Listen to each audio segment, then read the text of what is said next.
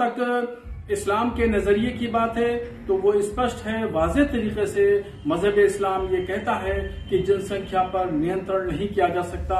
ये खुदा की तरफ से दी गई एक नेमत है। बिस्मिल्लाहिर्रहमानिर्रहीम।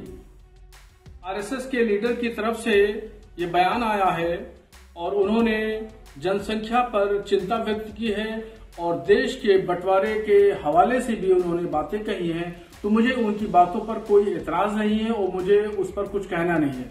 जहां तक इस्लाम के नजरिए की बात है तो वो स्पष्ट है, वाज़ेह तरीके से मजहब इस्लाम ये कहता है कि जनसंख्या पर नियंत्रण नहीं किया जा सकता। ये खुदा की तरफ से दी गई एक नेमत है और इस नेमत से इंसान बंदा इनकार नहीं कर सकता है।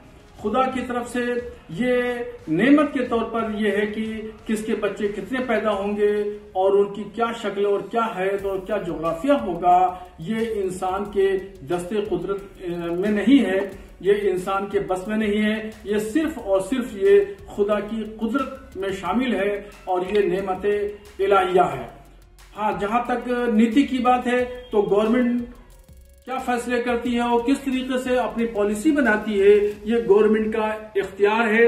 वो अपने इख्तियारों को इस्तेमाल करके किसी तरीके से भी नीति बना सकती है। वो उसको जिस तरीके से चाहे वो जनसंख्या को नियंत्रण करने के लिए नीति बनाए, उस पर भी किसी को कोई एतराज नहीं होगा, क्योंकि गवर्नमेंट की अपनी अपनी पॉलिसी होती है। वो अपनी पॉलिसी के तहत नीतियां बनाती हैं।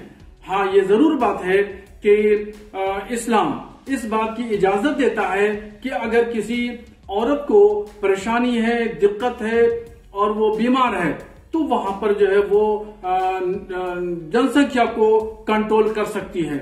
अगर ऐसी शक्ल में कहीं कोई हाजत और जरूरत पेश आती है तो ऐसी कंडीशन में मर्द और औरत जनसंख्या पर कंट्रोल कर सकते हैं। इसके अलावा और इस्लाम इजाजत नहीं देता है।